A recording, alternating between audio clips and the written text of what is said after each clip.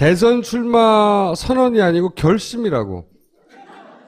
희한한 방식으로 광을 팔고 있는. 그리고 기초단체장으로서는 헌정사상 최초로 대선 후보군의 반열에 오른. 그런데 오늘은 본격 대선 후보 인터뷰는 아니고 잠재 후보 간보기 인터뷰 시리즈의 하나로 저희가 이분을 모시겠습니다.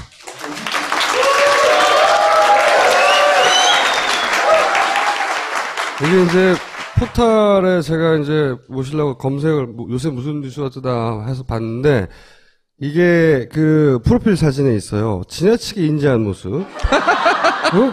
대단히 자기적이고. 파파이스 처음 모실 때 그때만 하더라도 인지도가 바닥이었고 성남시에서는 좀 알려졌지 지지율이 뭐 대선 후보에 끼지도 못했고 제가 그때 뭐라고 그랬냐면 5% 정도가 될 때까지는 우리가 파파이스가 줄기차게 불러드리겠다. 근데 5%에 도달했어 거의. 네, 감사합니다. 5%. 저희 지난번에 마지막에 오셨을 때가 그때 단식 끝날 때쯤이었. 네, 전날. 단식 끝나기 전날이었죠. 며칠 하셨죠? 열하루였습니다. 끝나고 앰뷸런스 타셨나요? 걸어. 언론에서 대선 후보군으로 막 쳐주고 그러니까 그럴 때 뿌듯함. 응? 내가 여기까지 왔구나. 거울 앞에서 막 부르르 떨고 혼자 막. 일단 그런 소회 같은 거 있어요? 전에 제가 처음 이 파파이스 출연했을 때 우리 총수님이 작사를 한번 내자 뭐 그랬더니 다음에 그 뭐 얘기할 만할 때 되면 그때 보자고 한번 하셨죠. 네. 그런데 이번 6월에 단식할 때 한번 불러주셔서 그건 이제 번외고 네. 정말로 그때 말씀하신 대로 때가 돼서 온 것 같습니다. 혹시 예를 들어 가족들의 반응은 어때요? 뭐 당연하다고 생각하죠. 다른 얘기 전에 검찰에는 왜 불려가신 거예요? 우리 김재동 씨가 역시 저와 똑같은 코스로 고소를 당했던데요. 네. 고발당한 거죠. 이름도 잘 알려지지 않은 보수단체가 뭐 그러는 거죠. 그분이 저도 고소했던 것 같아요. 아. 근데 제가 그렇게 될 걸로 예상했거든요. 분명히 누군가가 제3자가 고발할 거다. 원래 그 명예훼손은 당사자 아니면 고발을 안 받아줬거든요, 전에는. 예. 그때 다 각하했죠. 저 수사 안 함. 당사자도 아닌 게 무슨 남의 일이 네가 나서냐. 그거 정상이잖아요, 그죠? 근데 최근에는 이제 검찰이 다른 사람이, 저 사람이 김어준 총수의 명예를 훼손했네? 그래서 내가 대신 막 본인은 가만히 있는데 고발해줘도 막 조사하고 그러더라고요. 제가 그런 걸로 고소를 다 당한 거죠. 왜 위안부 소녀상 같은 데 가가지고 장갑 주고, 그래서 위안부 합의를 한 박근혜 대통령을 모욕하냐. 그래서 박근혜의 명예를 훼손했다. 뭐 박근혜 대통령이 가만히 있는데. 또 뭐 이런 것도 있어요. 정종섭 장관이 그때 총선 나갈 때 트위터로 뭐 홍보를 한 게 좀 있어요. 근데 저는 트위터 많이 했다고 지금 선관위에서 수사 의뢰 당했잖아요. 그래서 그때 그런 말을 제가 한번 했죠. 정종섭도 수사해라. 이렇게 말했는데 그 말 뜻이 정종섭도 잘못했고 나도 잘못했고 이런 뜻이겠어요? 그 사람이 괜찮은 것처럼 나도 괜찮은 거다. 이 말을 역설적으로 표현했는데 정종섭의 명예를 훼손했다. 그다음에 선거법에 위반해서 이제 선거운동에 불이익을 줬다. 뭐 이런 거 하고 이런 것도 있어요. 교과서 국정화 그때 논쟁이 있을 때 정부에서 현재 교과서가 그 주체 사상을 가르치고 있다 이런 만화 만들어서 뿌렸잖아요. 그래서 제가 그걸 보고 그러면 정부가 검증을 했는데 그게 주체 사상을 가르쳤으면 그럼 정부가 종북이네. 그러면 교육부 장관하고 박근혜를 종북 빨갱이로 처벌해라. 이렇게 말했거든요. 그게 박근혜의 명예를 훼손했다 이거예요. 황무여 장관의 명예를 훼손했다. 뭐 그것도 있고. 그래서 전체 몇 건이에요? 다 그게 개별 10건. 10건. 지금도 계속 추가 접수 중이야. 제가 예를 들면 좀 아픈 얘기를 많이 하잖아요. 청풍 사건 얘기를 또 했거든요. 저보고 뭐 종북 빨갱이라고 그러길래 내가 종북이면 진짜 북한에 돈 주면서 총 쏴달라고 그런 그 사람들은 진짜 반역자도 아니고 종북이도 아니고 뭐냐. 그 사람부터 처벌해라. 라고 한 게 국정원, 당시에 안기부의 명예를 훼손했다. 또 고소했어요. 근데 문제는 이런 황당한 고발을 이유로 소환한다는 거지. 명색이 변호사인데. 저도 사법시험 합격한 변호사거든요. 또 뭐 어떤 거는 제가 선거 때 왜 트위터를 정치 트윗을 했냐? 그러면 이 트위터를 보는 사람들이 예를 들면 한나라당 180석 예상 이런 기사를 제가 트윗하면 그럼 민주당 지지자들이 아이고 큰일 났네. 그러면서 이재명 때문에 막 찍지 않겠냐. 그건 민주당을 위한 선거운동 아니냐. 이런 걸 고소를 한 거예요.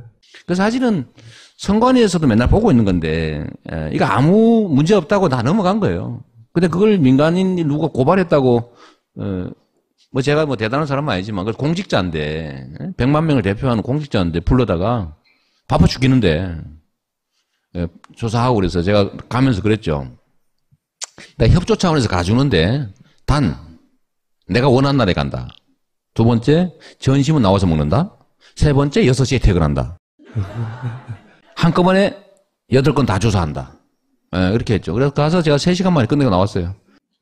아니, 그게 건이 안 되는 걸 알면서 일부러 그렇게 하는 이유는 뭐라고 스스로 판단하십니까? 자기들은 건이 된대요. 그 중에 하나는 진짜 기소하려고 그러는 것 같습니다. 하나 정도는. 그게 뭐냐면, 어떤 사람이, 광화문에 노는 사람 중에 한 분이에요. 김모 씨라고. 저를 북한의 사이버 전사 200명으로부터 선거 운동 지원을 받았다고 썼어요, 트위터에. 그래서, 아니, 뭐 이런 이상한 사람이 있나? 근데 내가 그 사람을 잘 모르니까. 이 사람이 이렇게 주장을 한다. 허위 사실이다. 이 사람 좀 찾아주세요. 그리고 제가 공개 수배 이렇게 썼어요. 그런데 이게 명예훼손이다 이거예요. 범법자 취급했다. 아, 그런 거죠. 예. 한겨레 신문도 같이 고소당한 거 있어. 그래요? 저하고 같이 공범 관계. 그 내용이 뭐냐면, 제가 그 사람 고소했잖아요. 난 그런 일이 없다. 그래서 검찰이 무혐의했어요. 괜찮다. 제가 법원에다 재정 신청했죠. 법원이 명백히 유죄가 인정되므로 기소. 결정을 해가 지금 재판에 넘어가 있어요. 근데 그 사람이 나를 그렇게 허위 사실이라고 한 게 허위 사실이다 이거예요. 그래서 아니 그런 게 어딨냐. 그 무고다. 난 북한 사이버 부대 지원받은 일 없다. 그랬더니 공개 수배라는 표현을 해서 그 사람의 한 거를 알렸기 때문에 명예훼손이다 이거예요. 지금 기소하려고 그러더라고. 그래서 지금 기다려보는 중이에요. 아니, 근데 왜 그런다고 보세요? 왜 말도 안 되는 건들을 이렇게 탁탁탁 붙여가지고. 아, 근데 효과가 있어요. 제가 이거 누를 때 자꾸 나 자기 검열을 해. 이거 괜찮나? 아니, 내가 명색이 20년 경력의 변호사인데, 20수년, 30년 가까이 된 변호사인데도, 그리고 나름대로 또, 그래도 뭐 나름의 권한도 있고 지위도 있잖아요. 그런데도 고소를 막 10건씩 나오고 그러니까, 야, 이거 뒤태다 혹시 고발당하지 않을까? 이런 걱정이 들면서 자기 검열을 시작하는 거예요. 그 트위터 활동을 위축시키려고? 제가 트위터 양이 요새 줄었어요. 아, 진짜로. 아니, 그 이유만으로 그거 할까요? 한번 뭐 저는 그런 것도 있는 것 같아요. 보통 검찰의 포토라인, 소환돼서 포토라인에 서서 사진을 찍히면 이미지가 확 나빠지죠. 보수 진영에 나이 많으신 분들은 지금 얘기한 내용으로 불려나가는지 어떻게 알아요? 그걸 노렸던 것 같은데 제가 또 그런다고 당하는 사람이 아니잖아요. 제가 또 이러고 왔잖아요. 이러고. 안녕하세요. 저 잘못한 거 없거든요. 이런 거 부르면 안 됩니다. 저 6시 되면 나와버릴 거예요. 저는 이게 이재명 시장을 도와주고 있다. 별로 한 일도 없는데 자꾸 화면에 나오게 해가지고. 맞아요. 안 써주잖아요. 우리 추석 때, 그래도 제가 갤럽 조사상으로 6위, 5위, 6위 뭐, 리얼미터는 5위 이러는데도 저를 절대 메이저 언론에서 안 써주죠. 여론조사에도 안 넣어줘요. 빼버리더라고. 저도 뭐 넣어주라 이럴 수도 없고. 제가 일부러 이걸 뽑았는데 이게 네. 무슨 얘기입니까? 네. 검찰 수사하면서 유일하게 보도된 거는 이거예요. 두려움과의 전쟁을 시작하겠다. 네. 무슨 뜻인지 모르겠어요. 이게 무슨 말이에요? 그러니까 국민들 내에 여러 가지 두려움이 있어요. 전 제일 큰 두려움이 우리가 국민들이 현재 이 정치 체제로부터 엄청난 피해를 받고 있는데 다수 대중들이 원래 민주주의 원래 의하면 1인 1표니까 원래 다수가 피해를 보고 있으면 그 상황을 바꾸려는 노력을 합쳐지면 이기는 거잖아요. 그 바뀌어져야 정상 아닙니까? 근데 왜 안 될까? 무력감이에요. 내가 한 표만 열심히 해서 될까? 그래서 다 포기하죠. 이거는 우리의 상황을 바꿔야 되지만 과연 우리가 바꿀 수 있을까? 이런 두려움이 있는 거죠. 못한다. 나 혼자 고립되어 있다는 두려움. 우리의 미래에 대한 두려움. 권력에 대들었다가 피해보지 않을까 하는 두려움. 뭐 이런 두려움들이 저는 우리의 제일 중요한 문제라고 생각하고요. 이 두려움이라고 하는 거를 깨자. 그러니까 예를 들면 종북으로 몰리지 않을까. 복지 정책하면 포퓰리스트로 몰리지 않을까. 정의를, 공평을 얘기하면 빨갱이로 몰리지 않을까. 국가의 문제에 대해서 지적하면 검찰이나 경찰한테 보복당하지 않을까. 세무조사 당하지 않을까. 이런 두려움이 있잖아요. 이 두려움을 저는 돌파해야 된다, 우리가. 그래서 저는 언제나 뭐 돌파하고 왔는데 사실은 뭐 문제가 생기면 피하지 않고 내가 뭘 잘못했는데 이렇게 정면 돌파하고 남들이 보면 저 미쳤다 저 드디어 죽는구나 이렇게 생각했지만 저는 그것도 포연 속에 살아남아서 덩치가 한 번씩 더 커지죠, 이렇게. 근데 이 검찰에 출석하는 문제도 제가 피해서 막 구차하게 변명하면서 가는 게 아니라 깨자. 제가 며칠 있다 사드 대책위 초청으로 김천하고 성주를 가기로 했거든요. 저도 고민을 많이 했는데 뭐 시장이 뭐 그것까지 가냐 이럴 가능성이 있잖아요. 근데 안 하니까 저라도 가자. 그 되게 외로워들 하더라고요. 저한테 쪽지가 엄청 와요. 제가 아시다시피 트위터, 페이스북을 미친 듯이 하고 있잖아요. 알긴 아는구나, 스스로. 거의 뭐 미친 듯이 하죠. 그러니까 시정을 하는 데는 지장이 없을 정도로 하십니까? 다 해야죠. 그러니까 둘 다 하는 거죠. 둘 다 하는데 뭐 제가 굳이 그 얘기하면 성남에 뭘 못하고 있는지 지적해봐라 이렇게 얘기하죠. 뭘 못하고 있냐. 다 하고 있어요. 쪽지도 많이 날라오고 하는데 그들이 겪는 그 고통, 외로움 너무 가슴 아파서 정치적 타격은 분명히 있을 거예요. 이제 종북 빨갱이로 몰겠죠, 그죠? 몰 테고 과격하다 그럴 거고 경박하다 그럴 거고 범주를 벗어나서 오버한다 그럴 거고 분명히 전 정치적 타격을 입을 거라고 보는데 제가 이걸 돌파해서 넘어서면 그게 다시 더 커져서 되돌아올 것 같아요. 그런 거죠. 모든 영역에서 뭐 존재하는 두려움. 사실은 우리가 상대와 싸운다고 생각하지만 사실은 상대와 싸우지 않아요. 그건 헛개비예요. 근데 진짜는 우리들과 싸우는 거죠. 우리 내부와. 이길 수 없을 거다. 다 포기하잖아요. 본인 지지율이 한 4%, 5% 올라가기 시작하면 종교 영역으로 들어가는 것 같아요. 선지자 영역으로 막 들어가기 시작하고, 종류는 좀 다른데, 이재명 시장과 바로 직전 우리가 만났던 안희정 도지사하고 스타일이 완전히 반대 스타일인데, 도달하는 영역은 비슷해요. 이 스타일로 여기까지 왔어요. 남들은 피할 때 들이받고 막 소리 지르고 막 페이스북 미친 듯이 하고 막 이걸로 5%는 왔어요. 나머지 45%까지 어떻게 가요, 이걸로? 45% 갈 필요 없어요. 정확하게는 26% 가면 되는 거죠. 왜냐하면 45%는 다음에 하면 됩니다. 원래 전 정치라고 하는 게 지지자를 조직하고 지지자를 강화하는 게 정치라고 생각하거든요. 우리가 50% 저쪽 상대방, 사실 50%도 아니죠. 뭐 한 30%는 관심 없으니까. 35%, 저쪽 36, 우리 34, 뭐 이럴 수도 있는 거고. 35라면 18만 하면 되는 거죠. 왜냐하면 우리가 준결승을 한 다음에 그 팀 묶어가지고 결승전 가는 거잖아요. 그러니까 저는 우리 진영의 문제 중에 그런 게 하나 가끔씩 보이는데, 예선전 하는 사람들이 본선 걱정하는 경향이 많아요. 그러니까 막 너무 지나치 중도 확장 걱정하고요. 그러니까 저는 아니다. 그 중도라고 하는 게 사실 헛개비라고 저는 보는 사람인데, 이 중도라고 하는 건 중간 포지션을 애매모호하게 취한다고 해서 양다리 걸친다고 오는 게 아니거든요. 정치의 본질은 이 유권자에게 이익을 주느냐예요. 누가 저보고 이런 식으로 계속 나가다가 이거 보수 진영이나 중도 진영으로부터 배척받지 않겠냐라고 얘기하는데 제가 증거를 하나 딱 댈 수 있습니다. 제가 얼마나 과격해요. 얼마나 원론적입니까? 뭐 세상 사람들의 얘기를 하면 얼마나 좌편향적이에요. 그런데 제가 분당에서 압도적인 지지를 받고 있습니다. 강남벨트 분당에서. 권시가지보다 지지율이 더 높아요. 이해할 수 있어요?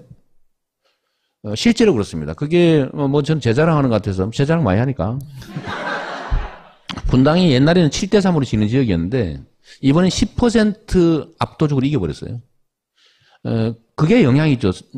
정치는 국민들이 기대하는 바가 있죠. 저 사람이 나와 이념을 같이 하냐 진짜 중요하지 않습니다.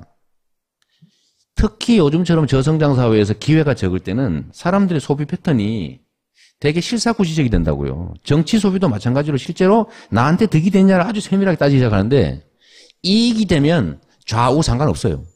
거기서 이익이란 경제적 이익입니까? 아니면 예를 들면 깨끗한 환경일 수도 있고요. 그다음에 예를 들면 복지 혜택일 수도 있고 예.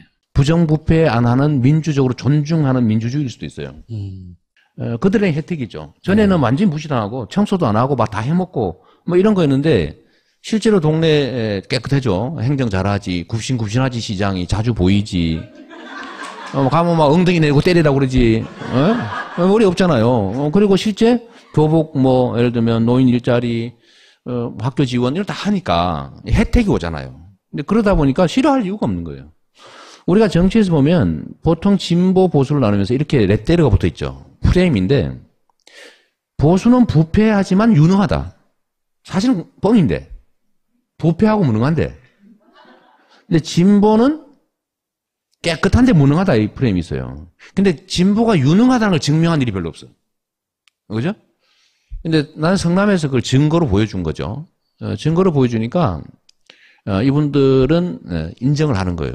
그래서 얘기를 좀 되돌아가면 중도라고 하는 건 없는 건데 예를 들면 우리가 진보의 가치라고 하는 게 지금보다는 좀 더 나은 세상을 위한 지향이나 노력을 말하는 거잖아요. 근데 빈말 뻥이 아니고 진짜 새로운 정책, 좋은 정책을 만들어서 진짜로 집행함으로써 나한테 이익이 오더라는 걸 보여주면 아, 저 사람들한테 맡기면 진짜 나한테 혜택이 있겠구나 라고 믿어지면은 그 중간에 어정쩡하고 뭐 이쪽도 좋고 저쪽도 좋고 하는 사람들은요 자기한테 이익되는 쪽으로 움직입니다. 그 사람들의 말을 들어주거나 아니면 그 사람들의 입장과 동일한 포지션을 취한다고 해서 지지하지 않는다는 거예요.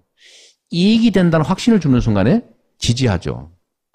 처음부터 그러진 않았잖아요. 그러니까 네. 성남 정도 사이즈에서는 오랜 시간 본인을 입증해서 여기까지 도달했는데 성남시는 구석구석 직접 갈 수도 있고 근데 이제 대한민국 사이즈 정도 되면 직접 다 만날 수가 없잖아요. 그러면 본인이 그렇다는 걸 언론의 도움을 받거나 혹은 미친듯이 하는 SNS를 통해서 이제 확대하고 포장해서 퍼뜨려야 되는데 네. 성남 사이즈처럼 해서 전국을 똑같이 이렇게 만들 수는 없단 말이죠. 모두를 설득해서. 네. 종편이든 주류 악성 언론들한테 제가 엄청난 공격을 당했잖아요. 원래 죽었어야죠. 죽었어야 되는데 요즘 세상이 바뀐 거죠. 네트워크가 발달하다 보니까요. 저는 언론에 보도되는 것보다도 이 부산에 지진 났다, 야 큰일 났다, 빨리 어떻게 해라. 이게 더 빨리 퍼지는 세상이에요. 언론 보도보다도 국민 안전처보다 훨씬 빨라. 그죠? 속보보다 훨씬 빠릅니다. 그야말로 거의 전격적이라고 할 만큼 빠르게 정보가 유통되죠. 예. 그러니까 지금 전혀 예상하지 못했던 새로운 세상이 있어요. 그게 이제 네트워크이죠. 거미줄처럼 만들어진 네트워크. 언론보다도 더 빠르고, 더 광범하고, 더 낮게 깔려있는. 근데 이게 저는 국민들이 요즘 겪는 그 어려움, 예를 들어 이 불평등함, 이 부정의, 이 차별, 이 억울함, 이런 것들을 해소해야 되겠다는 열망은 점점 커지고 있어요. 그런데 상황은 점점 더 나빠지고 있어요. 그런데 이 사회의 운영을 담당하고 있는 정치 세력들은 점점 더 나빠지고 있다는 거죠. 그러면 이 사람들이 과거처럼 주는 정보 받아가지고 다 혼자나 고립되어 있으니까 옆 사람이 무슨 생각하는지도 모르고 그냥 맨날 신문 방송이나 보고 있다가 그냥 주는 선택지 몇 개 중에서 아이고 할 수 없지 뭐 이 중에 제일 덜 나쁜 인간이 뭘까? 제일 덜 나쁜 집단이 누구지? 어쩔 수 없이 찍는 이 판이 뒤집어지고 있는 상황이다 이게. 그 힘인데 예를 들어서 그 힘이 이제 역으로 작용할 수도 있거든요. 최근에 예를 들면 뭐 무슨 그 당을 탈당했네, 뭐 동교동계가 지원하고 있네, 노무현을 배신한 과거가 있네, 뭐 이런 공격을 받아요. 최근에 인터넷에서. 그런데 생각해 보면 그렇게 파워풀한 걸 저쪽도 쓸 수 있거든요. 그리고 개인이 사실관계를 판단할 수 없을 정도 애매모호한 것도 있을 수 있단 말이죠.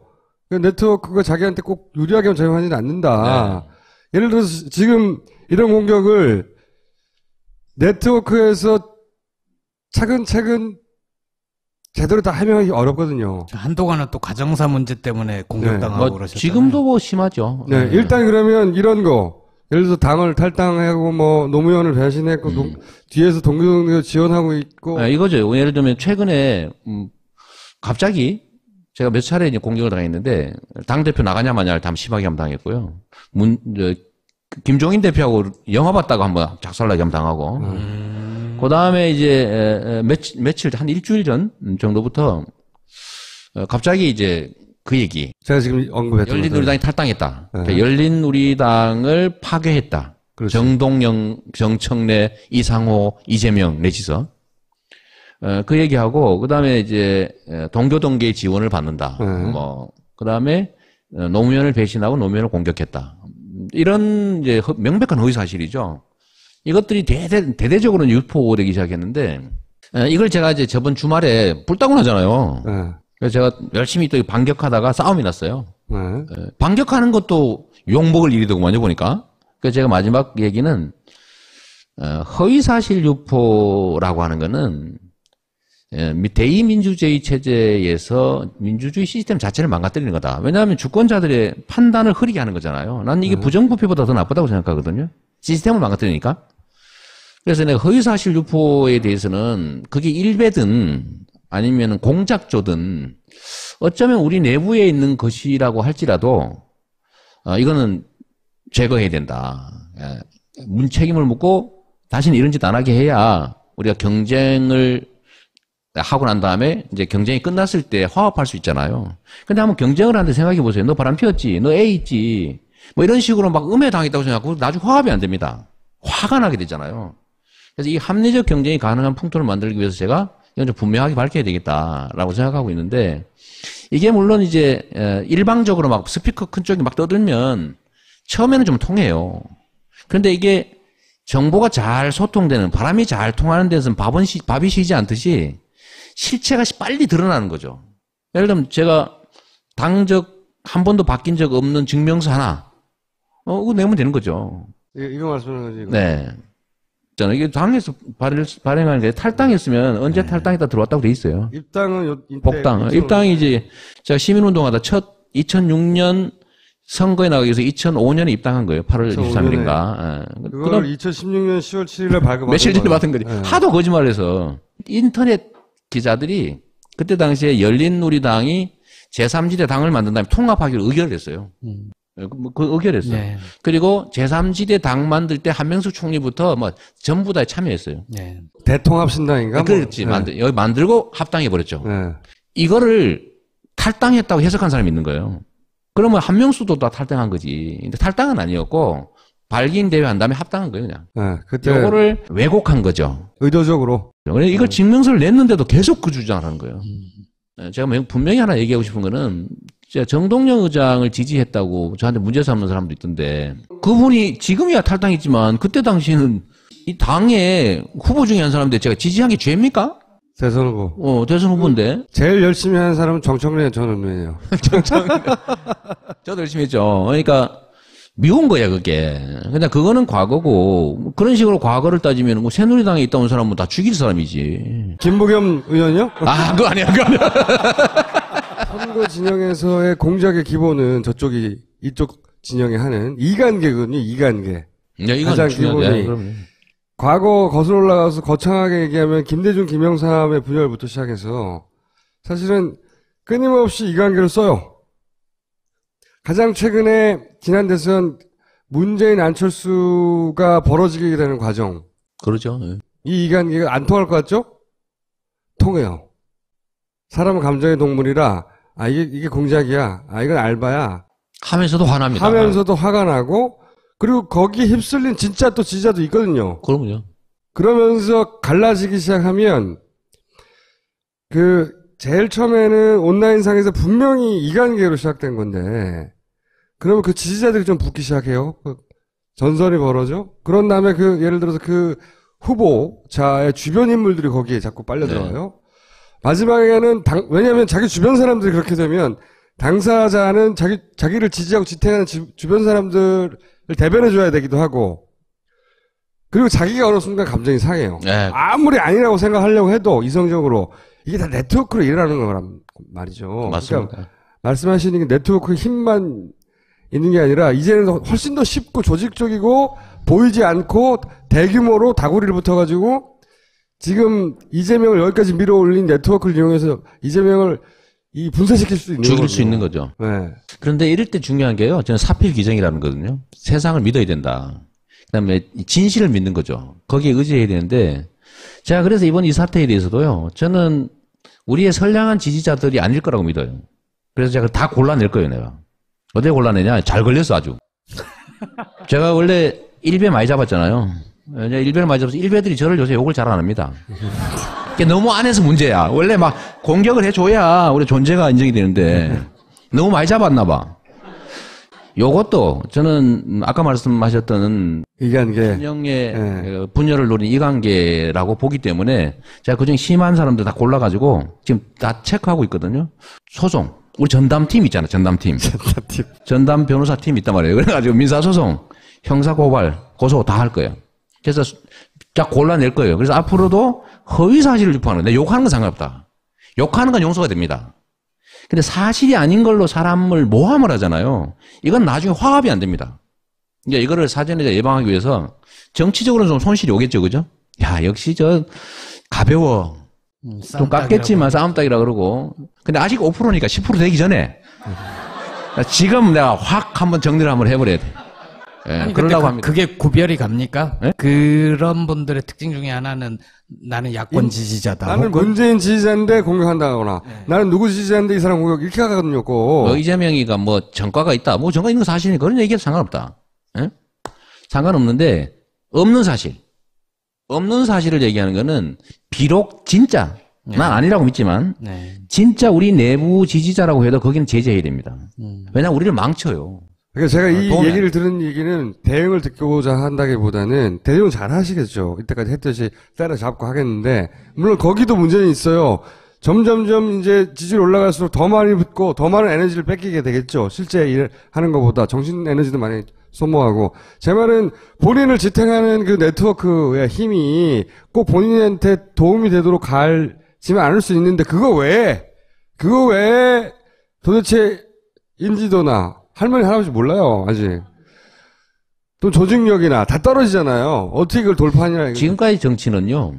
조직, 세력으로 하는 거예요. 인지도로. 그런데 이런 방식으로 지금까지 해왔던 전통적 방식의 정치 행태로 그 여의도를 중심으로 네 편 내 편 하고 그 판 많은 사람이 1등 먹고 그 선택지를 국민들한테 줘서 억지로 선택하게 하는 방식으로 진짜 우리나라의 새로운 출발이 가능할까요? 저는 불가능하다고 봐요. 지금 기득권들은 훨씬 더 강고해졌고 우리의 이 전열은 흐트러져 있어요. 야권도 분열돼 있잖아요. 국민들은 준비돼 있는데 국민들을 대표한다는 정치권은 국민들의 의지를 전혀 반영하지 못하고 있다고요. 국민들은 되게 답답하죠. 거기에 돌파구를 만들어서 국민들이 원하는데 국민의 에너지를 진짜 확 한번 바꿔야 되겠다. 우리가 이길 수 있어. 이번에는 정말 우리가 힘내서 뭉치면은 판 바꿀 수 있어. 라고 해서 국민들이 중심이 돼서 뭔가 선택을 했을 때 그때 비로소 저는 우리가 원하는 권력 교체 또는 국가 권력 정상화 이게 가능하고 그런 에너지가 밑받침이 돼야 비로소 개혁 입법 한 개라도 통과시킬 수가 있다. 지금 그냥 어쩌다 대통령 바뀌었다고 쳐요. 지금 국회에서 기득권자들 재벌의 이익을 제한하는 입법 한 개라도 할 수 있습니까 지금? 못해요. 그러니까 저는 첫 번째는 국가 권력 정상화, 소위 정권 교체를 포함해서 정치 교체. 뭐 정상화 이런 표현 안 썼어요. 왜 그러냐면 제가 정권 교체 자꾸 얘기하면 저 정치 중립 의무 위반이라고 비난하기 때문에 그런 거예요. 하여튼 정권 교체 새로운 질서를 만들려면 국민적 에너지가 있어야 일단 가능하고 두 번째는 그게 뒷받침돼야 진짜 권력이 바뀌어도 새로운 뭔가를 할 수 있다. 조금이라도. 하는데 그 당사자가 본인이 되기 위해서 수단이 뭐가 있냐 이거죠. 인터넷 말고. 좀 얘기 좀 들어봐요. 그러니까 저는 그래서 새로운 길로 가려고 하는 거죠. 여의도에 제가 아는 국회의원, 지역위원장 우리 편 많이 만드는 일 제가 거기에서 1등 할 수 있겠습니까? 전혀 불가능하죠. 그래서 저는 조직이 아니라 네트워크로 간다. 국민들의 네트워크로. 두 번째는 세력, 정치 세력이 아니라 메시지로 간다. 우리가 뭘 주장하고 뭘 할 수 있는지를 알려주고 공감을 얻는 과정을. 근데 이 메시지의 핵심이 뭐냐면요. 제가 이 싱크탱크하고 관계된 얘기인데 우리가 분명하게 한번 얘기를 하면요. 우리가 방법이 없어 못했어요? 좋은 정책안이 없어가지고 못했어요? 세고 셌어요. 제가 그렇게 얘기하잖아요. 정책은 박근혜 거 뺏기면 된다고. 다 뺏겨놨어요, 좋은 거는. 왜? 지킬 의사가 없었기 때문에. 그거 뺏기면 돼, 그냥. 문제는 그 정책을 과연 행할 수 있을까? 이거는 믿음이거든요? 그러면 이 믿음이 말 잘한다고 믿음이 생깁니까? 정치는 다 기본적으로 거짓말이었잖아요. 누구 어떤 대통령이 이렇게 말했어. 선거 때는 무슨 말을 못하나. 어떤 분은 이렇게 말했죠. 지킬 수 없는 공약을 지키려고 하는 건 나쁜 짓이다. 이렇게 말했어요. 그런 공약 왜 하는데 도대체? 이게 정치는 다 거짓말하는 거. 그러니까 국민들이 안 믿잖아요. 그래서 우리가 정책을 개발하는 것도 중요하지만 실현 가능한 안을 냈을 때 과연 그가 또는 그 집단이 실행할 수 있을까에 대한 증거를 요구합니다. 믿을 수 있냐. 저는 예를 들면 아주 고관 대작을 지내고 스펙이 화려하고 이런 분들 지금 유명하고 그러니까 지지율 높고 그러잖아요. 나 이거 허상이라고 보는 거예요. 왜냐하면 반기문 말씀하시는 겁니까? 그분도 당연히 들어가죠. 그러니까 어떤 지위와 권한, 높은 지위와 큰 권한을 가졌었다고 하는 게 지금까지는 높은 평가를 받지만 마지막 질문을 한번 던져보자고요. 그 지위와 권한을 가지고 과연 뭘 했습니까? 나는 지위와 권한이 정말로 미천합니다. 조그만합니다. 그러나 나는 그 작은 커터칼 정도의 수준의 작은 권력을 가지고 남들이 예상하지 못한 만큼의 나름 빚갚고 새로운 복지 제시하고 누군가는 농담으로 거짓말로 했던 증세 없는 복지를 진짜 하잖아요. 그 증거를 제가 보여주는 거죠. 제가 공약 이행률 관리를 정말 열심히 하거든요. 제가 첫 임기 끝날 때 공약 이행률이 96%입니다. 제가 혼자 한 게 아니고 매니페스토 본부에서 평가한 거예요. 1등. 지금도 1등입니다. 그러니까 나는 이런 업적이 있다, 이런. 아니, 증거를 보여주는 거죠. 업적이 아니라, 저 사람은 말을 하면 지키는구나. 네. 그래서 제가 일배를 잡을 때도 끝까지 잡는 거예요. 왜? 믿음을 주기 위해서죠. 말하면 반드시 해, 나는. 걸리면 죽습니다. 절대 중간에 그만두는 거 없어요. 네. 그러니까, 그래서 대중들이, 국민들이 볼 때, 정치란 다 거짓말쟁이들인데 그 중에 거짓말하지 않고 진짜로 말한 걸 할 수 있다고 믿어지면 저는 그리로 몰린다고 보는 거예요. 그 믿음이 제가 5%까지 왔다고 보는 거고요. 대선 국면이 벌어지면 전국이 하나의 선거구입니다. 전국이 하나의 선거구. 그 기껏해야 후보군이라고 하는 데가 10대 명도 안 돼요. 그 온 국민들이 그걸 지켜보기 시작합니다. 그럼 인지도는 순식간에 올라갑니다. 인지도는. 지금이야 여론조사에도 안 넣어주고 일부러 보도에도 싹 빼고 이러지만 제가 좀 그래서 좀 더 일찍 선언을 하려고 그래. 못 빼게. 지금은 네? 그러면은 더불어민주당의 대선 후보 경선에 참여할 결심을 했다. 그렇죠. 결혼선언 날짜는 안 잡았는데 사랑한다고 말하고 있는 거지 지금 막. 보통은 출마 선언을 하는데 결심 선언을 했어요. 말도 안 되는. 선언은 아니고 결심 물어보길래 말을 했죠. 네. 결심했다. 결혼하기로 했다. 근데 선언을 한 건데 어쨌든 대선에 나오겠다는 거죠. 지금은 결심을 한 거니까. 아니 결심했고요. 이제 저는 다른 사람들보다 괜히 사양하는 척하고 저는 이런 거 안 합니다. 지난번에 대표 경선에 참여하겠다, 검토하겠다 이러다 안 하셨잖아요. 검토만 했지. 예. 그때도 사랑하는 척 했잖아요. 그거는 이제 대시를 해보려고 마음을 먹었던 거지. 이번은 그때와는 좀 다르죠. 다르다. 저는 이제 그 결정은 했고요. 네. 공식 선언이라고 하는 건 국민들한테 선을 보이는 건데. 그게 언제 하실 겁니까? 비전이라고 하는 것도 명확하게 제시해야죠. 예를 들면 이렇게 나는 이 나라를 만들겠습니다. 그냥 말로 선언합니다 한다고 되는 겁니까? 그거 아니고 정확하게 이 나라를 이렇게 나는 만들어가고 싶습니다를 보여드려야죠. 지금 사실 여기 쭉 오셨던 박원순, 김부겸, 안희정 그리고 이재명 도지사까지 아직 선언을 안 했어요. 아무도. 방금 이재명 도지사라고. 이미 본인의 마음에 이미 도지사급 올라간 거야. 그러니까 도지사나 해라 이거죠. 저런 식으로 오리발을. 본격 시작되면 떨어집니까? 올라갑니까? 떨어지게 돼 있죠, 당연히. 왜? 무지개 같은 거예요. 너무 아름답죠. 정말로 대한민국을 대표하는 유엔 사무총장인데 지금 뭐 멋있지 않습니까? 근데 막상 보세요. 그분이 아까 말씀드린 딱 그 점이에요. 국민들은 이제는요, 옛날처럼 고도성장기에는 기회가 많기 때문에 선택 여지가 많아요. 그때는 멋있는 거 선택합니다. 왜? 실패하면 또 딴 거 고르면 돼. 근데 이 소비 패턴이 바뀐다니까요. 이제는 정말로 내 삶에 이게 어떤 영향을 줄까를 친밀하게 계산하는 사람이 많이 늘어난 거예요. 이 첫 징조가 2014년 7.3.1 재보궐선거입니다. 그때 유명한 사람 아무 데나 꽂으면 다 될 줄 알고 있었어요. 그러니까 여기 꽂았다 저기 꽂았다 장기판 말처럼 왔다 갔다 했는데 다 떨어졌습니다. 그때 해당 지역 국민들이 이미 그 생각한 거죠. 저 사람이 과연 우리 지역구에 우리의 삶에 어떤 도움을 줄 것인가. 보따리 싸가지고 왔다 갔다 하는 사람 아님. 유명해도 상관없음. 다 날린 거예요. 이번 4.13 총선도 사실 좀 비슷하죠. 그리고 전 세계적 현상이기도 해요. 미국의 버니 샌더스도 그랬고, 지금 약간 좀 힘들어 하긴 하던데 트럼프도 공화당을 먹어버렸잖아요. 뭐 최종적인 성공을 할지는 잘 모르겠어요. 그러나 당을 먹는 건 성공했다고요.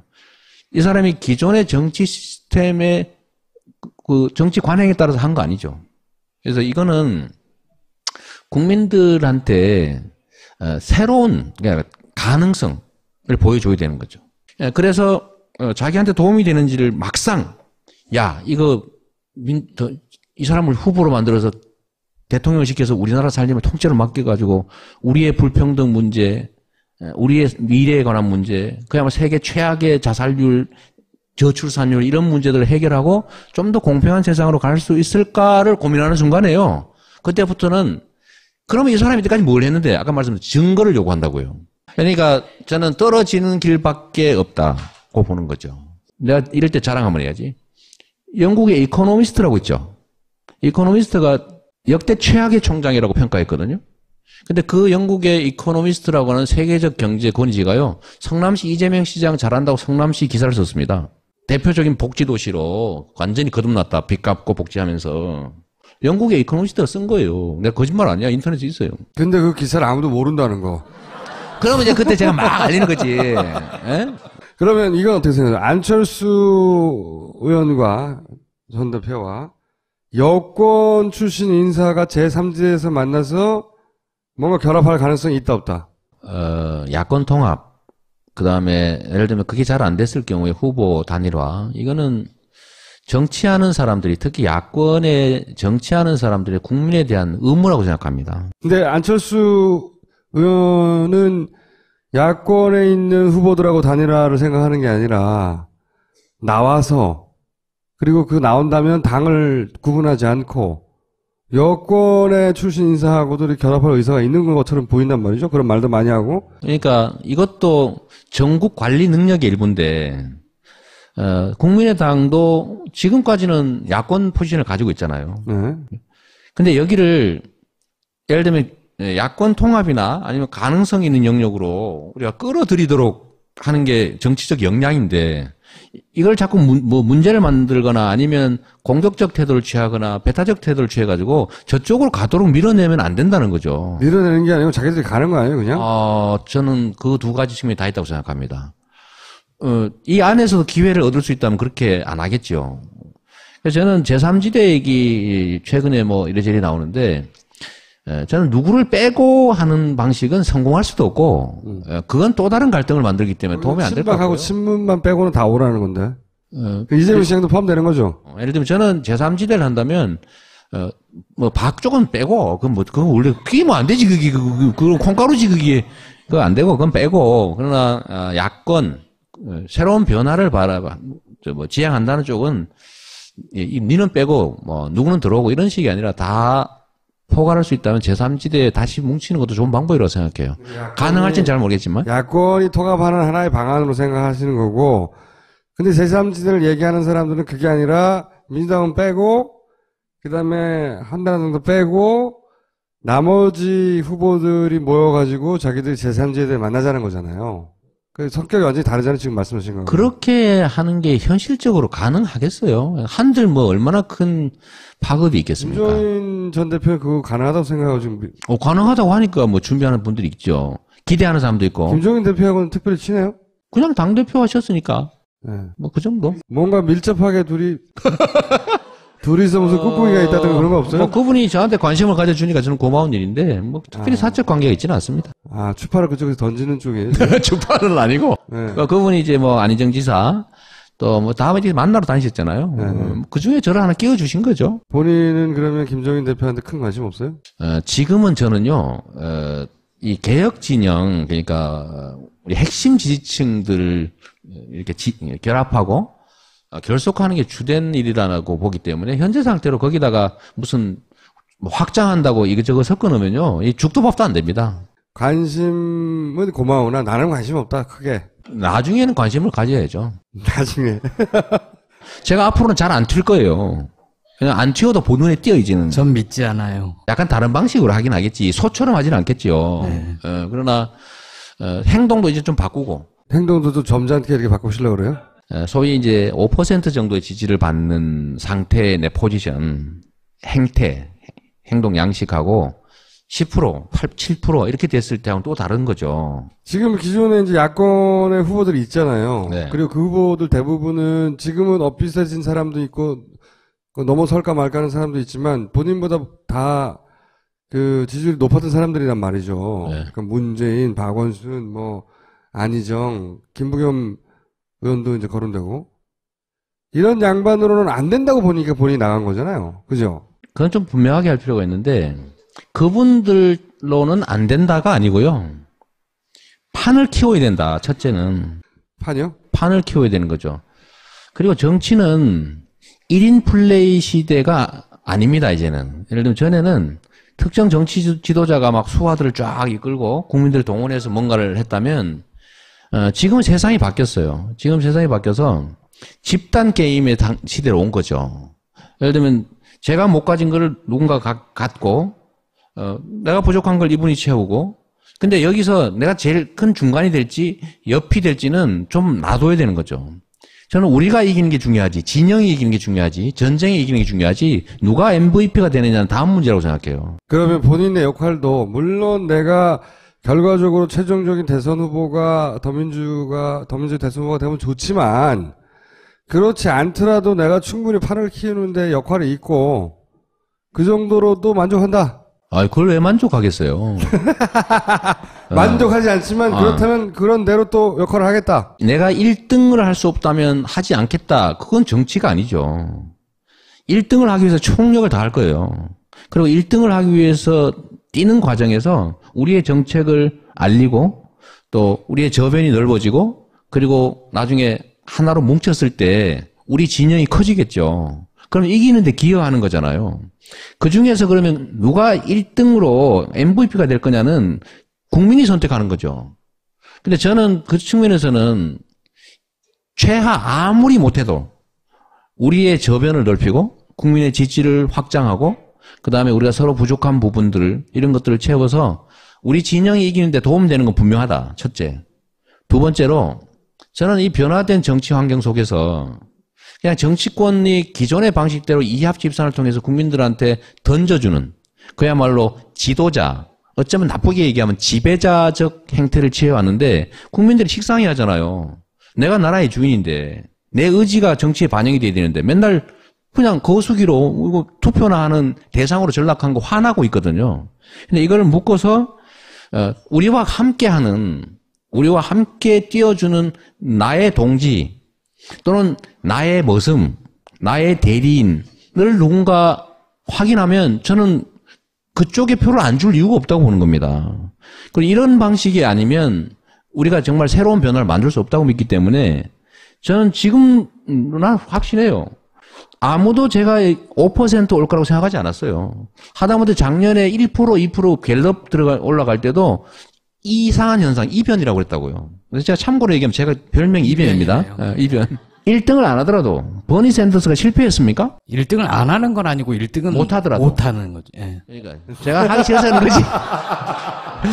버니 샌더스가 실패했냐? 아니죠. 버니 샌더스의 정책이 미국 민주당에 고스란히 다 반영됐죠. 그 역할도 큰 거죠.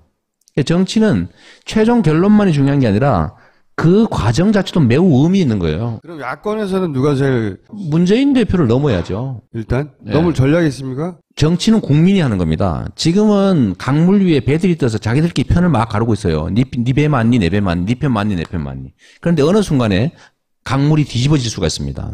이거 아니야. 강물이 뒤집어지는 날 배들은 의미가 없어요. 그게 원래 역사가 그래 왔던 거예요. 한 번도 안 그랬던 때가 없습니다.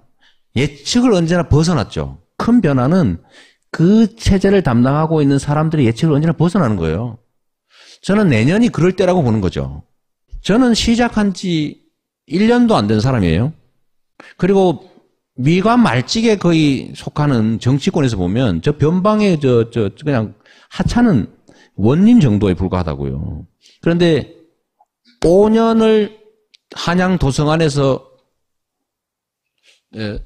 다니셨던 그 엄청난 대신들, 그 대신들 지지율의 3분의 1이면 또는 그걸 넘어서면 사실은 특별한 의미가 있지 않습니까? 그러니까 이미 노출된 소위 인지도나 아니면 비중에 비추어서 가진 결과물하고 아주 오랫동안 준비했던 거대한 조직의 책임자급이 가지고 있는 거하고 비교를 하면 누가 잠재력이 큽니까? 박원순 시장하고 비교하시는 거죠, 지금은? 다. 문 대표님도 마찬가지죠. 그런데 지금 현재 국민들이 바라는 리더십이 어떤 걸까요? 청산과 새 출발을 바랍니다. 분명해요, 그거는. 지금 이 체제 그대로 유지되는 게 아니라 이 답답한 상황을 좀 정리하고 70년 동안 쌓여왔던 이 적폐들이 좀 정리가 좀 되고 그냥 좀 우리 자식들도 기회도 좀 갖고 열심히 일하면 나한테도 기회가 있구나, 우리 애들한테도 기회가 있구나 믿어지는 사회를 만들고 싶다고요. 전혀 그렇지 못하잖아요. 청산과 새 출발을 바라는데 그 청산과 새 출발에는 엄청난 에너지가 필요하고 리더십의 종류가 돌파형 리더십이 필요합니다. 관리형이 아니라. 평상시에 잘 관리해서 태평성대를 만들 리더십이 아니라 뭔가 이 암울한 이 상황을 그냥 좀 깨고 새롭게 뭔가를 만들 수 있는 사람을 원하는데 세종형이냐 태종형이냐 돌파형 리더십이냐 관리형 리더십이냐 봤을 때 저는 제가 그 점을 끊임없이 국민들한테 보여주려고 하는 거죠. 나는 돌파할 겁니다. 내가 가진 무기는 권한은 요만큼 있지만 이렇게 돌파해 왔습니다.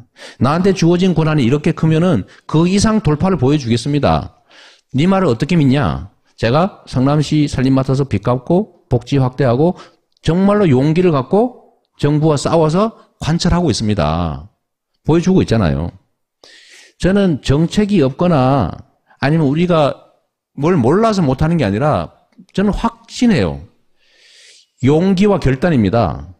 우리가 권한을 가졌을 때 용기를 갖고 현재 있는 여러 장애들을 뛰어넘어서 뭔가 새롭게 만드는 것들을 우리가 보여줘야 되는데 지금 여소야대됐지만 바뀐 게 뭐가 있어요? 만약에 본인이 당대표였으면은 이때까지 지나왔던 혹은 당대표, 원내대표 지금 뭐라 부르든 간에 당의 대주주였다면 지금 더민주가 했던 것과는 다르게 뭘 어떻게 했을 것 같으세요? 총선이 끝나면서 몇 개 쓴 게 있어요. 13개. 딱 하나만 예를 들어서 쉽게 설명해 주세요. 나는 이렇게 했습니다. 테러 방지법 폐지 법안 내야죠. 세월호 특별법, 특검법안, 연장법안 이거 당연히 직권상정해서 밀어붙여야죠. 누구는 테러 방지법도 국가 비상사태라고 해서 두드려 통과시켰는데 국민의 생명과 안전이 관계된 세월호 문제나 백남기 문제를 왜 특검을 직권상정 못합니까? 국민의 입장에서 얼마나 답답하겠어요. 전에는 숫자 부족해서 못한다고 해서 그렇구나. 다수에서 밀리니 갈 수 없지. 다수 됐잖아요. 우리는 왜 규칙을 열심히 지키는 거예요? 저들은 끊임없이 규칙을 파괴하고 규칙조차도 완전 무시하고 불법을 자행하기도 하는데 국민의 생명과 안전을 지키는 게 국가의 제일 의무인데 수백 명이 죽었는데 왜 죽었는지 이유를 몰라요. 그리고 그 억울한 사람들 시체팔이라고 비난해요. 근데 조사를 정부가 방해해요. 7시간 동안 뭐 했냐. 제가 비난하려고 하는 소리가 아니라 성남시의 환풍구 사고라고 해서 16명이 죽었는데 저보고 공동주체했다고 몰아가지고 저를 책임을 물으려고 얼마나 노력했습니까? 저 공동주체 아니에요. 그거 주장한 2대1 소송이 아니라 1,500만 원 배상 판결 받았는데 대법원까지. 제가 얼마 전에 마지막 남은 부상자 한 명까지 다 책임져 줬습니다. 57시간 만에 다 합의시키고 다 장례 재날짜 치렀거든요. 왜 그렇게 못하는 거예요? 그러니까 이런 답답한 점들을 국민들은 진짜 말이 아니라 막 정책을 우아하게 멋있게 공정성장이나 포용성장이나 소득주도 성장이나 국민성장이나 내용을 들여다보면 똑같아요. 자원과 기회를 공평하게 나눠서 개인들에게도 희망을 주고 그 자원과 기회가 효율성을 발휘할수록 해야 경제가 다시 살아난다. 요 얘기를 이름만 바꿔서 똑같이 하고 있는 겁니다. 방법은 다 나와 있어요. 우리 사회의 제일 심각한 문제는 불평등 문제다. 부정의 문제다. 불합리 문제다. 그 다음에 이 기득권 세력들의 그 불합리한 포갑이 문제다. 다 답은, 원인은 나와 있고 답도 나와 있어요. 기득권을 엄청난 에너지를 들여서 제약해야 된다. 나쁜 짓 하면 혼나고 착한 짓 하면은 칭찬받고 기여한 만큼 돌려받을 수 있는 사회가 돼야 된다. 답은 그거예요. 재벌들이 당선을 꼭 맡고 싶은 후보가 될 거라. 그걸 국민들은 이겨낼 거라니까요. 그 이겨내지 못한 이유는 재벌들은 소수예요. 투표권으로 따지면 몇 명이나 되는데 중소기업들이 대기업에 엄청나게 피해를 입고 있잖아요. 착취당하고 있잖아. 중소기업 사장들은 현 체제를 좋아하는 것 같습니까? 아니에요. 재벌 집단 과다 지배를 막고 해체하는 수준의 5%면 5% 권리만 행사하지 100% 행사하는 게 어디 있습니까? 대기업 재벌 집단들의 중소기업 착취를 막고 그 다음에 우리가 이 IMF 이후부터는요 성장분의 성장 몫을 다 기업 몫이 차지하고 노동은 똑같아. 상대적으로 노동 몫이 줄어들고 있단 말이에요. 늘어나는 걸 다 차지하고 있는데 이걸 고쳐서 노동소득 분배를 늘려야 된다. 이거 다 답 나온 거예요. 그렇게 하면은 국민들 주머니가 두둑해지니까 유효 수요가 생기고 그걸 통해서 경제가 활성화된다. 다 아는 건데 문제는 그걸 연구를 못해가지고 몰라서 못합니까? 문제는 용기예요. 권한이 있으면 최대치로 행사해가지고 그 권한으로 기득권자들의 기득권을 제압해야지. 물론 저항이 엄청나죠. 그 저항을 이겨내는 게 능력이지. 힘세니까 못하면 정치 말로 갑니까? 경선을 하고 나서 승자에게 제대로 승복하지 못하고 아까 표현으로 하면 MVP가 결정이 됐어요. 그런데 다 마음속으로 흔쾌히 승복하지 못하고 잘 돕지 못해. 그래서 경선이 끝나고 나서 뿔뿔이 흩어지고 그러죠. 자기 당의 대통령 후보를 비난하거나 뭐 경선에 부정이 있었다고 문제 삼거나 이런 일이 늘상 있어 왔단 말이에요. 이런 참 악의적 공격도 있었는데 이재명이가 맨날 경선 룰 바꿔달라고 투정 부린다. 경선 룰은 아직 만들어지지도 않았는데. 그래서 제가 그 얘기도 한번 했는데 경선 룰은 이제 후보 간 협의와 이제 당의 결정에 의해서 정해질 텐데 저는 국민들이 최대한 많이 참여하는 방식의 경선이 돼야 되고 2012년 정도에 했던 정도 그 정도 방식들이라면 저는 결과가 어떻게 되든 간에 저는 후보 진영들이 특별히 불만 갖지 않을 것 같아요. 네. 그리고 지금은 그때처럼 글쎄 뭐 끝나고 난 다음에 너 안 도와줘 뭐 싫어 너 뭐 이러지는 않을 것 같은데요. 15% 되고 20%도 30% 40% 되는 거는 게임의 규모도 달라지고 양상도 달라지고 상대해야 되는 사람들의 성격도 다르잖아요. 지금은 열성적인 사람들 코아들을 설득하는 작업이었다면 그거는 아직 없는 것 같다. 혹은 아직은 나도 안 해봐서 잘 모른다. 이게 솔직한 거 아닙니까? 저는 그 기존에 했던 정치 길을 가지 않으려고 하거든요.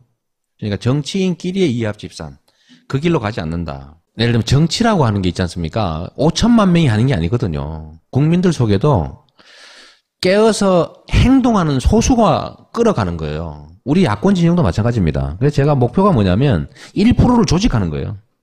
지지는 뭐 5%든 10%든 하겠지만 지지하는 사람은 그냥 전화 올려면 눌러주고 투표하면 할 사람이지만 내가 이걸 만들어야지 라고 손가락이라도 쓰고 주변에 야 이거 좀 봐라 라고 뭐 정보도 전달하고 할 사람 1%면 50만 명이거든요.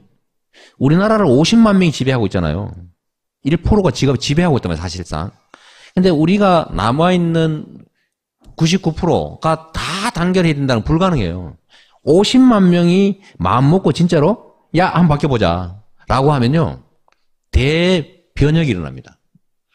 지금 더불어민주당의 권리당원 10만 명 이게 대세를 만들었다면서요. 50만 명 입당하면 어떻게 돼요? 세상이 바뀌는 거예요. 대통령 박근혜 씨 탄핵 문제에 대해서 어떻게 생각하십니까? 갑자기 그 얘기 왜 하세요? 최순실 문제를 비롯해서 국정농단 사례들이 마구 튀어나오고 있잖아요. 고소고발 잘 되겠는데 이거? 트위터나 페이스북이나 뭐 카카오 스토리 이런 걸로 워낙 이제 소통을 많이 하니까 왜 민주당은 탄핵 발의 안 하냐. 네. 그리고 뭐 왜 이재명 시장은 가만히 있냐 심지어. 제가 국회의원인 줄 아는 사람도 꽤 많아요. 국회의원 겸하고 있는 줄 아는 사람도 많아. 근데 이게 얼마나 좀 무망하냐 말이에요. 이제 화나니까 탄핵했으면 좋겠지만 국회에서 의결될 가능성 제로. 거기다 영향을 소진할 수는 없어요. 그러면 이게 헌법재판소에 뭐 가결됐다고 통과되냐? 제로. 현실성이 없잖아요. 하고 싶다. 그건 동의해요. 네. 저도 했으면 좋겠어요. 특히 이 대북 문제 있잖아요. 어떻게 나라를 이렇게 위험하게 만듭니까? 지금 잘못하면 이게 무슨 뭐 공평이고 균형이고 정의고 하기 전에 그릇이 통째로 엎어지게 생겼어요. 잘못하면. 이런 위기를 느끼게 만드니까 사실은 지도자로서 자격은 이미 상실했다고 보이긴 하죠.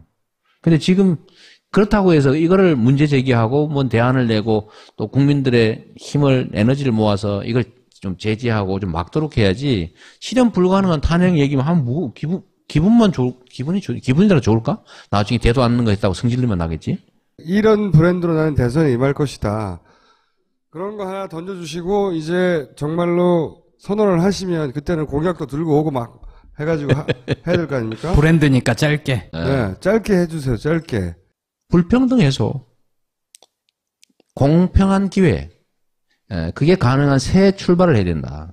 그리고 그게 가능하려면 이 기득권자들의 기득권을 좀 제압하고 청산을 한번 해야 된다. 이 현재의 이 잘못된 구조를 과감하게 청산하고 새 출발을 할 수 있는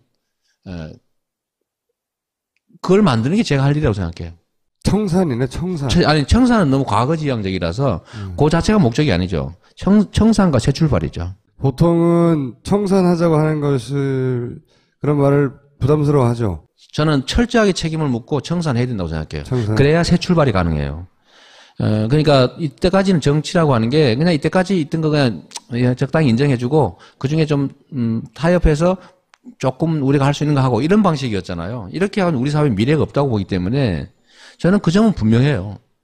지금까지 우리 해방 이후 한 번도 청산되지 않은 그런 부패, 친일, 이 독재, 이 기득권 구조가 한 번도 후퇴한 일이 없습니다. 계속 확장해왔죠. 거의 혁명적인 요구 아닙니까? 세상을 뒤엎는 혁명적인. 그래서 제가 그렇게 말하는 거죠. 혁명적 변화를 준비해야 되고 그 혁명적 에너지가 모이지 않으면 교체는 물론이고 교체된 후에도 새로운 출발은 사실 없다. 제가 보기에는 그 전에 청산 당할 것 같긴 한데. 그리고 제가 이 얘기도 한번 하는 거예요. 권력을 행사할 때는 목숨을 걸고 해라. 주어진 권력을 행사할 때 상대의 저항이나 또는 기득권의 저항 때문에 보통은 살이잖아요. 적정한 선에서 하는데 제가 그래서 한 번은 그 얘기를 했습니다. 권력을 가지면 기관총을 든 아엔데의 심정으로 권력을 행사해야 된다. 그러지 않으면 기득권의 저항을 뚫고 새로운 질서를 만들 수가 없어요. 이 엄청난 기득권들의 그 강고한 진영을 어떻게 돌파할 겁니까?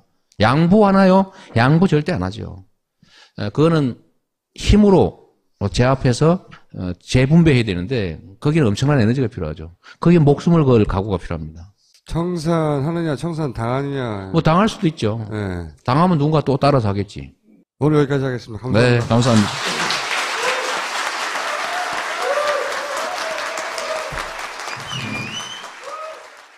본격 직장인 드라마 공생.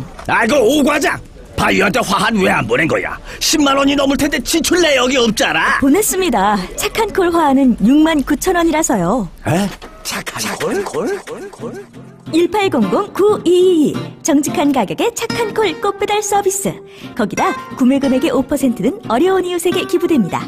딴지마켓의 검증으로 안심할 수 있는 1800-9222 착한 콜. 대리운전은 1800-9998 퀵서비스는 1800-9668 엄마! 가글 했는데 입에서 뭐가 나왔어. 그거 올리덴탈 체크 가글이라 그런겨.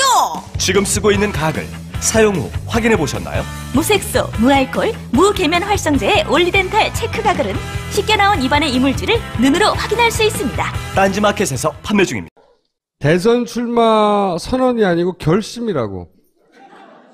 희한한 방식으로 광을 팔고 있는. 그리고 기초단체장으로서는 헌정사상 최초로 대선 후보군의 반열에 오른. 그런데 오늘은 본격 대선 후보 인터뷰는 아니고 잠재 후보 간보기 인터뷰 시리즈의 하나로 저희가 이분을 모시겠습니다.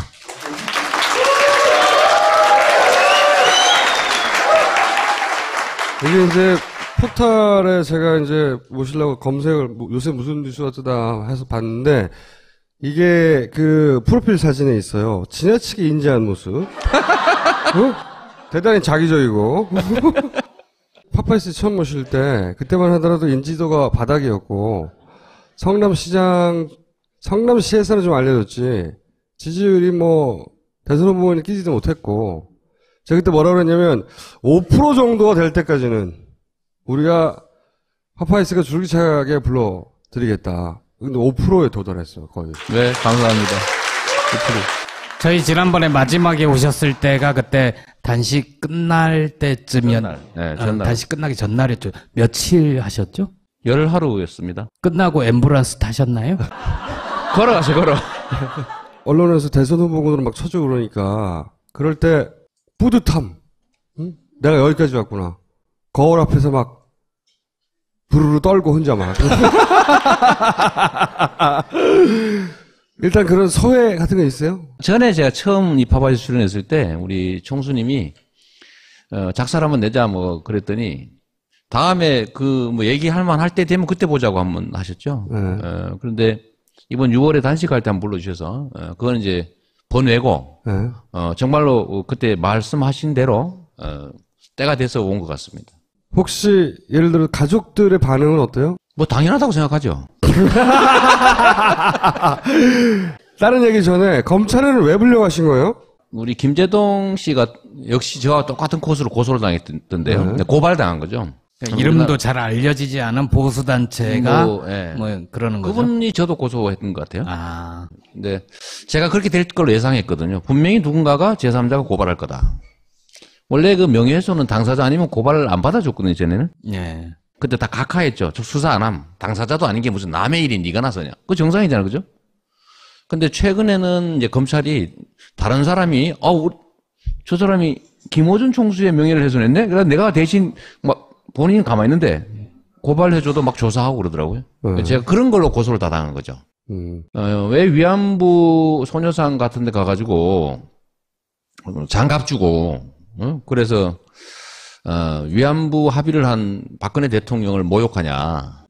그래서 박근혜의 명예를 훼손했다. 뭐 박근혜 대통령이 가만히 있는데.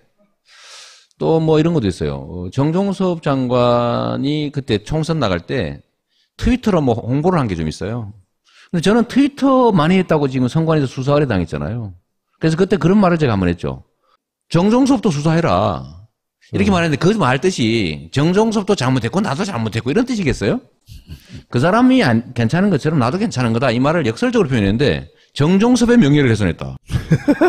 그다음에 선거법에 위반해서 이제 선거운동에 불이익을 줬다. 뭐 이런 거 하고 이런 것도 있어요. 교과서 국정화 그때 논쟁이 있을 때 정부에서 현재 교과서가 그 주체 사상을 가르치고 있다 이런 만화 만들어서 뿌렸잖아요. 그래서 제가 그걸 보고 그러면 정부가 검증을 했는데 그게 주체사상을 가르쳤으면 그럼 정부가 종북이네. 그러면 교육부 장관하고 박근혜를 종북 빨갱이로 처벌해라. 이렇게 말했거든요. 네. 네. 성남 사이즈처럼 해서 전국을 똑같이 이렇게 만들 수는 없단 말이죠. 모두를 설득해서. 네. 종편이든 주류 악성 언론들한테 제가 엄청난 공격을 당했잖아요. 원래 죽었어야죠. 죽었어야 되는데 요즘 세상이 바뀐 거죠. 네트워크가 발달하다 보니까요. 저는 언론에 보도되는 것보다도 이 부산에 지진 났다, 야 큰일 났다, 빨리 어떻게 해라. 이게 더 빨리 퍼지는 세상이에요. 언론 보도보다도 국민 안전처보다 훨씬 빨라. 그죠? 속보보다 훨씬 빠릅니다. 그야말로 거의 전격적이라고 할 만큼 빠르게 정보가 유통되죠. 예. 그러니까 지금 전혀 예상하지 못했던 새로운 세상이 있어요. 그게 이제 네트워크이죠. 거미줄처럼 만들어진 네트워크. 언론보다도 더 빠르고, 더 광범하고, 더 낮게 깔려있는. 근데 이게 저는 국민들이 요즘 겪는 그 어려움, 예를 들어 이 불평등함, 이 부정의, 이 차별, 이 억울함, 이런 것들을 해소해야 되겠다는 열망은 점점 커지고 있어요. 그런데 상황은 점점 더 나빠지고 있어요.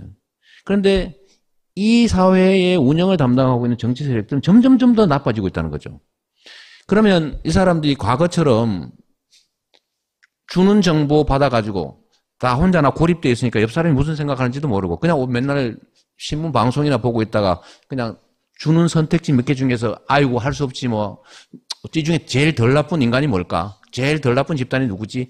어쩔 수 없이 찍는 이 판이 뒤집어지고 있는 상황이다 이게. 그 힘인데 예를 들어서 그 힘이 이제 역으로 작용할 수도 있거든요. 최근에 예를 들면 뭐 무슨 그 당을 탈당했네, 뭐 동교동계가 지원하고 있네, 노무현을 배신한 과거가 있네, 뭐 이런 공격을 받아요. 최근에 인터넷에서. 그런데 생각해 보면 그렇게 파워풀한 걸 저쪽도 쓸 수 있거든요. 그리고 개인이 사실관계를 판단할 수 없을 정도로 애매모호한 것도 있을 수 있단 말이죠. 네트워크가 자기한테 꼭 유리하게 작용하지는 않는다. 네. 예를 들어서 지금 이런 공격을 네트워크에서 차근차근 제대로 다 해명하기 어렵거든요. 한동안은 또 가정사 문제 때문에 공격당하고 네. 그러셨잖아요. 지금도 뭐 심하죠. 네. 네. 일단 그러면 이런 거. 예를 들어서 당을 탈당하고 뭐 노무현을 배신했고 뒤에서 동교동계가 지원하고 있고. 네, 이거죠. 예를 들면 최근에 갑자기 제가 몇 차례 이제 공격을 당했는데 당대표 나가냐 마냐를 참 심하게 한번 당했고요. 김종인 대표하고 영화 봤다고 한번 작살나게 한번 당하고. 그 다음에 이제 며칠 한 일주일 전 정도부터 갑자기 이제 그 얘기. 제가 지금 언급했던 열린우리당이 탈당했다. 네. 그러니까 열린우리당을 파괴했다. 그렇죠. 정동영, 정청래, 이상호, 이재명 내지서 그 얘기하고 그 다음에 이제 동교동계의 지원을 받는다. 뭐 그 다음에 노무현을 배신하고 노무현을 공격했다. 이런 이제 명백한 허위 사실이죠. 이것들이 대대적으로 유포되기 시작했는데 이걸 제가 이제 저번 주말에 불타고 나잖아요. 그래서 제가 열심히 또 반격하다가 싸움이 났어요. 반격하는 것도 욕먹을 일이더구만요, 보니까. 그래서 제가 마지막 얘기는, 허위사실 유포라고 하는 거는, 대의민주주의 체제에서 민주주의 시스템 자체를 망가뜨리는 거다. 왜냐하면 주권자들의 판단을 흐리게 하는 거잖아요. 난 이게 부정부패보다 더 나쁘다고 생각하거든요. 시스템을 망가뜨리니까. 그래서 내가 허위사실 유포에 대해서는 그게 일배든 아니면 공작조든 어쩌면 우리 내부에 있는 것이라고 할지라도 이거는 제거해야 된다. 책임을 묻고 다시는 이런 짓 안 하게 해야 우리가 경쟁을 하고 난 다음에 이제 경쟁이 끝났을 때 화합할 수 있잖아요. 근데 한번 경쟁을 하는데 생각해 보세요. 너 바람 피웠지? 너 A 있지? 뭐 이런 식으로 막 음해당했다고 생각하고 나중에 화합이 안 됩니다. 화가 나게 되잖아요. 그래서 이 합리적 경쟁이 가능한 풍토를 만들기 위해서 제가 이건 좀 분명하게 그게 박근혜의 명예훼손했다 이거예요. 황무여 장관의 명예훼손했다. 뭐 그것도 있고. 그래서 전체 몇 건이에요? 다 그게 개별 10건. 지금도 계속 추가 접수 중이야. 제가 예를 들면 좀 아픈 얘기를 많이 하잖아요. 청풍 사건 얘기도 했거든요. 저보고 뭐 종북 발갱이라고 그러길래 내가 종북이면 진짜 북한에 돈 주면서 총 쏴달라고 그런 그 사람들은 진짜 반역자도 아니고 종북이도 아니고 뭐냐. 그 사람부터 처벌해라. 네. 라고 비서실장으로. 한 게 국정원, 당시에 안기부의 명예훼손했다. 이렇게 고소했어요. 근데 문제는 이런 황당한 고발을 이유로 소환한다는 거지. 명색이 변호사인데. 저도 사법시험 합격한 변호사거든요. 또 뭐 어떤 거는 제가 선거 때 왜 트위터를 정치 트윗을 했냐? 그러면 이 트위터를 보는 사람들이 예를 들면 한나라당 180석 예상 이런 기사를 제가 트윗하면 그럼 민주당 지지자들이 아이고 큰일 났네. 그러면서 이재명 때문에 막 찍지 않겠냐. 그건 민주당을 위한 선거운동 아니냐. 이런 걸 고소를 한 거예요. 그래서 사실은 선관위에서도 맨날 보고 있는 건데 이거 아무 문제 없다고 다 넘어간 거예요. 근데 그걸 민간인이 누가 고발했다고 뭐 제가 뭐 대단한 사람은 아니지만 그 공직자인데 100만 명을 대표하는 공직자인데 불러다가 바빠 죽겠는데 조사하고 그래서 제가 가면서 그랬죠. 나 협조 차원에서 가주는데 단 내가 원하는 날에 간다. 두 번째 전심은 나와서 먹는다. 세 번째 6시에 퇴근한다. 한꺼번에 8건 다 조사한다. 그렇게 했죠. 그래서 가서 제가 3시간 만에 끝내고 나왔어요. 아니, 이게 건이 안 되는 걸 알면서 일부러 그렇게 하는 이유는 뭐라고 스스로 판단하십니까? 자기들은 건이 된대요. 그 중에 하나는 진짜 기소하려고 그러는 것 같습니다. 하나 정도는. 그게 뭐냐면, 어떤 사람이, 광화문에 노는 사람 중에 한 분이에요. 김모 씨라고. 저를 북한의 사이버 전사 200명으로부터 선거 운동 지원을 받았다고 썼어요, 트위터에. 그래서, 아니, 뭐 이런 이상한 사람이 있나? 근데 내가 그 사람을 잘 모르니까. 이 사람이 이렇게 주장을 한다. 허위 사실이다. 이 사람 좀 찾아주세요. 그리고 제가 공개 수배 이렇게 썼어요. 그런데 이게 명예훼손이다 이거예요. 범법자 취급했다. 아, 그런 거죠. 예. 한겨레 신문도 같이 고소당한 거 있어. 그래요? 저하고 같이 공범 관계. 예. 그 내용이 뭐냐면, 제가 그 사람 고소했잖아요. 난 그런 일이 없다. 그래서 검찰이 무혐의했어요. 괜찮다. 제가 법원에다 재정 신청했죠. 법원이 명백히 유죄가 인정되므로 기소. 결정을 해가 지금 재판에 넘어가 있어요. 근데 그 사람이 나를 그렇게 허위 사실이라고 한 게 허위 사실이다 이거예요. 그래서 아니 그런 게 어딨냐. 그 무고다. 난 북한 사이버 부대 지원받은 일 없다. 그랬더니 공개 수배라는 표현을 해서 그 사람의 한 거를 알렸기 때문에 명예훼손이다 이거예요. 지금 기소하려고 그러더라고. 그래서 지금 기다려보는 중이에요. 아니, 근데 왜 그런다고 보세요, 왜? 왜 말도 안 되는 건들을 이렇게 탁탁탁 붙여가지고. 아, 근데 효과가 있어요. 제가 이거 누를 때 자꾸 나 자기 검열을 해. 이거 괜찮나? 아니, 내가 명색이 20년 경력의 변호사인데, 20수년, 30년 가까이 된 변호사인데도, 그리고 나름대로 또, 그래도 뭐 나름의 권한도 있고 지위도 있잖아요. 그런데도 고소를 막 10건씩 나오고 그러니까, 야, 이거 트윗했다 혹시 고발당하지 않을까? 이런 걱정이 들면서 자기 검열을 시작하는 거예요. 그 트위터 활동을 위축시키려고? 제가 트위터 양이 요새 줄었어요. 아, 진짜로. 아니, 그 이유만으로 그거 할까요? 한번 뭐 저는 그런 것도 있는 것 같아요. 보통 검찰의 포토라인 소환돼서 포토라인에 서서 사진을 찍히면 이미지가 확 나빠지죠. 보수 진영에 나이 많으신 분들은 지금 얘기한 내용으로 불려나가는지 어떻게 알아요? 그걸 노렸던 것 같은데 제가 또 그런다고 당하는 사람이 아니잖아요. 제가 또 이러고 왔잖아요. 이러고 안녕하세요. 저 잘못한 거 없거든요. 이런 거 부르면 안 됩니다. 저 6시 되면 나와버릴 거예요. 저는 이게 이재명 시장을 도와주고 원래 전 정치라고 하는 게 지지자를 조직하고 지지자를 강화하는 게 정치라고 생각하거든요. 우리가 50% 저쪽 상대방 사실 50%도 아니죠. 뭐 한 30%는 관심 없으니까 35% 저쪽 36 우리 34 뭐 이럴 수도 있는 거고 35라면 18만 하면 되는 거죠. 왜냐하면 우리가 준결승을 한 다음에 그 팀 묶어가지고 결승전 가는 거잖아요. 그러니까 저는 우리 진영의 문제 중에 그런 게 하나 가끔씩 보이는데 예선전 하는 사람들이 본선 걱정하는 경향이 많아요. 그러니까 막 너무 지나치 중도 확장 걱정하고요. 그러니까 저는 아니다. 그 중도라고 하는 게 사실 헛개비라고 저는 보는 사람인데 이 중도라고 하는 건 중간 포지션을 애매모호하게 취한다고 해서 양다리 걸친다고 오는 게 아니거든요. 정치의 본질은 이 유권자에게 이익을 주느냐예요. 누가 저보고 이런 식으로 계속 나가다가 이거 보수 진영이나 중도 진영으로부터 배척받지 않겠냐라고 얘기하는데 제가 증거를 하나 딱 댈 수 있습니다. 제가 얼마나 과격해요. 얼마나 원론적입니까?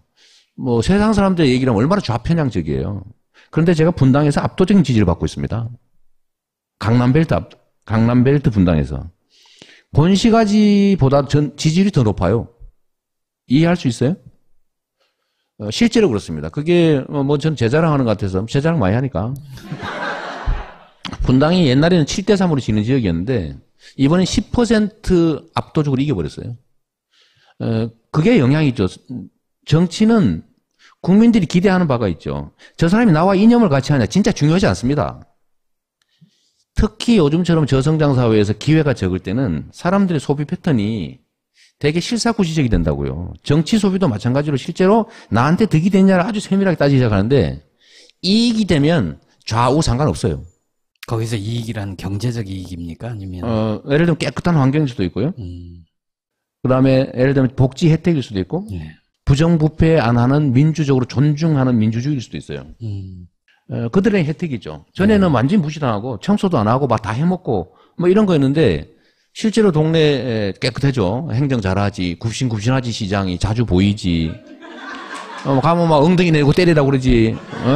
머리 없잖아요. 그리고 실제 교복 뭐 예를 들면 노인 일자리 학교 지원 이걸 다 하니까 혜택이 오잖아요. 근데 그러다 보니까 싫어할 이유가 없는 거예요. 우리가 정치에서 보면 보통 진보 보수를 나누면서 이렇게 레테르가 붙어 있죠. 프레임인데 보수는 부패하지만 유능하다.